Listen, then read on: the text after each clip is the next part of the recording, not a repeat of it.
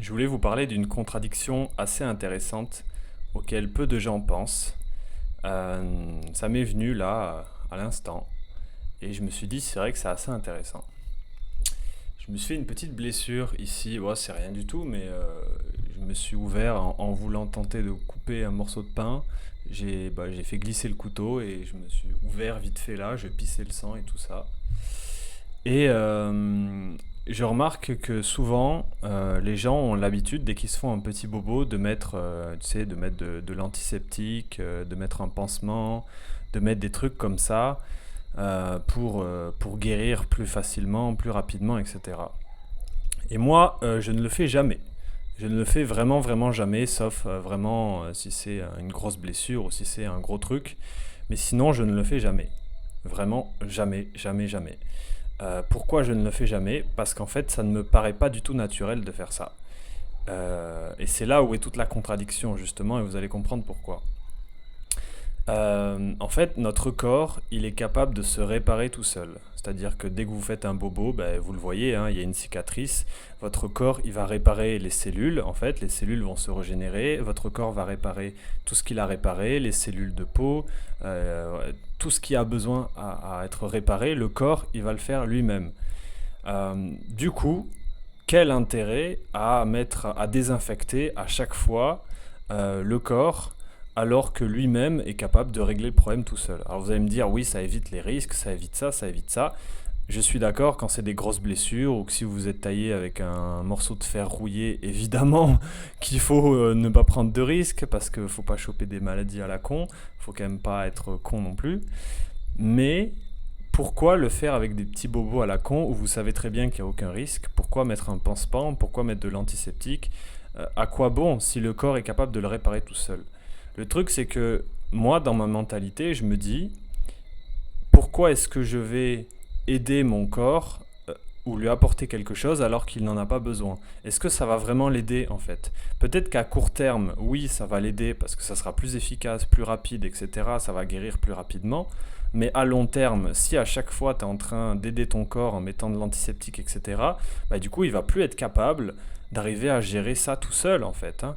Et c'est comme n'importe quoi en fait. C'est-à-dire que si à chaque fois une personne a besoin d'aide, genre ton enfant par exemple, si à chaque fois ton enfant a besoin d'aide et à chaque fois tu es en train de l'aider, est-ce que c'est vraiment un service de faire ça? Alors, encore une fois, ça ne veut pas dire ne rien faire du tout, ne jamais aider, comme ne jamais se désinfecter. Pas du tout. C'est une question d'équilibre. Mais voilà, en fait, tu as compris, je pense, là où je veux en venir, en fait. C'est que bah, c'est un peu de la dépendance, en fait. C'est-à-dire que tu vas pas lui rendre service en l'aidant à chaque fois. Parfois, il vaut mieux qu'il se débrouille tout seul pour qu'il apprenne de lui-même, en fait. Parce que ça s'appelle l'autoresponsabilité, l'autogestion. C'est t'apprends à te gérer toi-même. Et le corps, c'est pareil. Il apprend à se réparer lui-même. Comment croyez-vous qu'ils faisaient les anciens avant? Ils n'avaient pas un flacon d'antiseptique dans le placard. Bah non, ils n'avaient pas ça. Évidemment, pour les grosses blessures ou quoi, bah, ils soignaient avec des plantes, bien sûr, ils faisaient le nécessaire. Mais pour des petites blessures, bah, ils restent avec, hein, et le corps, il fait le nécessaire, hein. Tant que tu manges, tant que tu bois, tu peux laver évidemment la blessure, hein, il faut la nettoyer avec de l'eau, un minimum quand même. Mais c'est tout, en fait. Le corps, il se charge du reste, en fait. On n'a pas besoin de mettre de l'antiseptique ou de mettre un pansement à chaque fois. Voilà. En tout cas, moi, je vous conseille pas de le faire. Vous faites ce que vous voulez, hein, mais moi, je vous conseille pas de le faire parce que le corps est capable de le faire lui-même et ça renforcera votre corps d'apprendre à le faire lui-même. Voilà, c'est très important.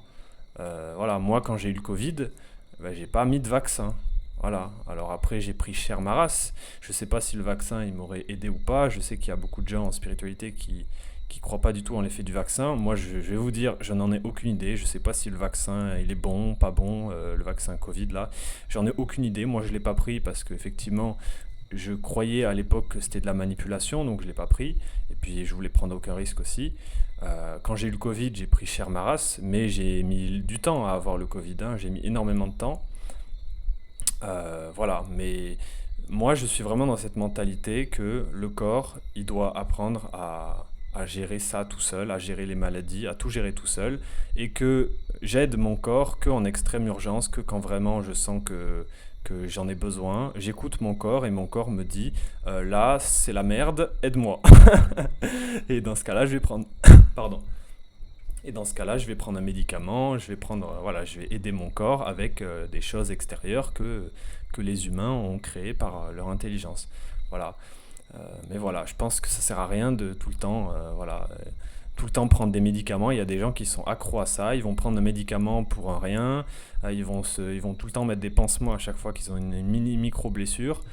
Ça, vraiment, je vous conseille pas de le faire. C'est un peu la mentalité de la surprotection. Vous savez, quand tu surprotèges ton enfant et que à chaque fois qu'il va mal, tu es tout le temps en train de le réconforter, etc., etc.